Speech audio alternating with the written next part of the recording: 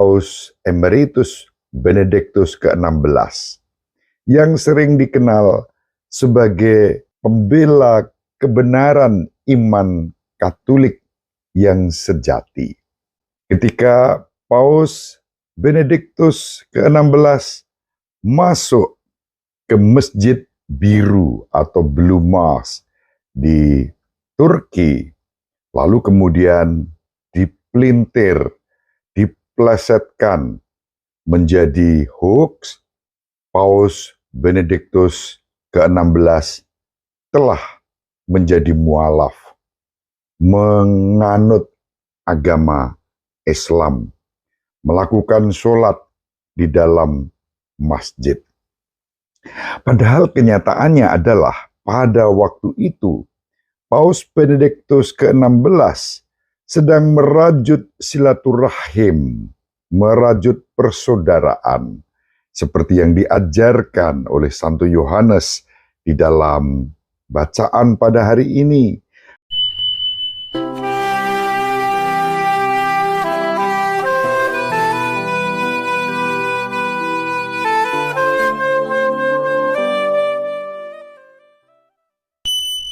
In nomine Patris et Filii et Spiritus Sancti. Amen. Dominus vobiscum. Salve, salam sejahtera, berkah dalam, sahabat peradaban kasih ekologis yang terkasih dimanapun berada.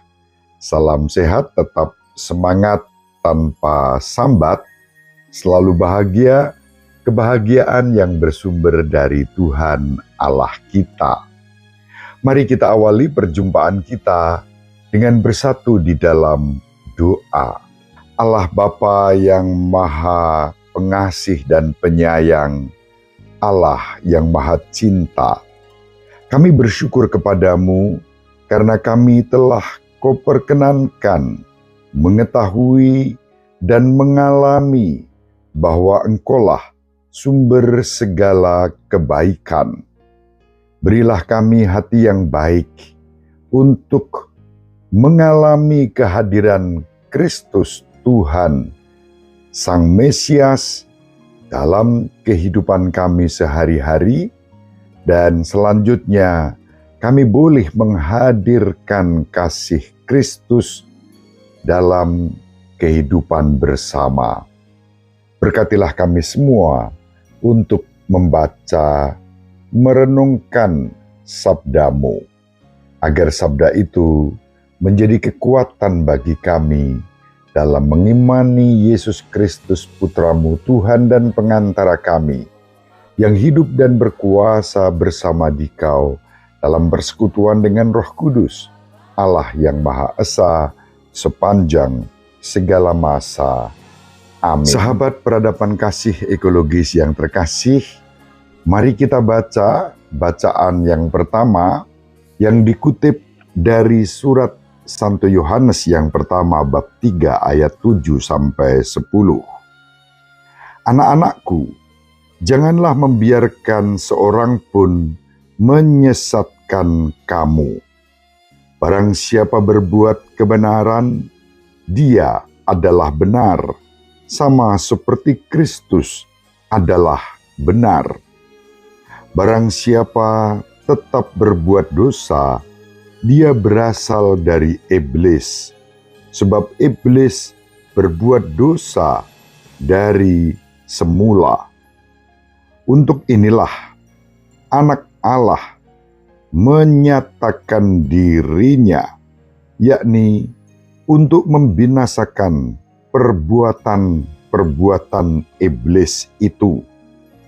Setiap orang yang lahir dari Allah tidak berbuat dosa lagi, sebab benih ilahi tetap ada di dalam dia, dan ia tidak dapat berbuat dosa karena ia lahir dari Allah. Inilah tandanya anak-anak Allah dan anak-anak iblis. Setiap orang yang tidak berbuat kebenaran tidak berasal dari Allah, demikian juga setiap orang yang tidak mengasihi saudaranya. Demikianlah sabda Tuhan. Syukur kepada Allah. Sahabat peradaban kasih ekologis yang terkasih, bacaan yang dikutip dari surat pertama Santo Yohanes pada hari ini sungguh-sungguh tegas, menunjukkan jati diri kita sebagai anak-anak Bapa yang lahir dari Allah, yang dibenarkan dan disucikan, sehingga dosa tidak lagi menguasai hidup kita. Karena itu kita dipanggil untuk terus melakukan kebenaran di dalam hidup kita. Hari-hari ini kita masih dalam suasana kehilangan Paus Emeritus Benediktus ke-16 yang sering dikenal sebagai pembela kebenaran iman Katolik yang sejati. Bapa Suci mengasihi Allah, mengasihi Kristus dalam terang Roh Kudus, dan kasih itu diwujudkan melalui setiap tindakan kebenaran yang bersumber dari ajaran iman, dari kitab suci, dan dari tradisi suci. Tradisi terus dihidupi di dalam gereja yang membaharui dirinya. Sebagai pembela kebenaran iman, Paus Emeritus Benediktus ke-16 melakukan satu terobosan ketika beliau berkunjung ke Turki, dan pada tanggal 30 November tahun 2006, Paus Emeritus Benediktus ke-16 bersilaturahim, merajut komunikasi dan persaudaraan dengan umat Islam, terutama yang ada di Turki. Ketika Paus Benediktus ke-16 masuk ke Masjid Biru atau Blue Mosque di Turki, lalu kemudian dipelintir, diplesetkan menjadi hoax, Paus Benediktus ke-16 telah menjadi mualaf, menganut agama Islam, melakukan sholat di dalam masjid. Padahal kenyataannya adalah pada waktu itu Paus Benediktus ke-16 sedang merajut silaturahim, merajut persaudaraan, seperti yang diajarkan oleh Santo Yohanes, bahwa kebenaran anak-anak Allah tampak juga di dalam kasih kepada sesama, kasih kepada saudara. Maka meskipun diplesetkan, dipelintir, dan menjadi hoax, seakan-akan Paus Benediktus ke-16 pada waktu itu melakukan sholat dan menjadi mualaf, itu tidak benar.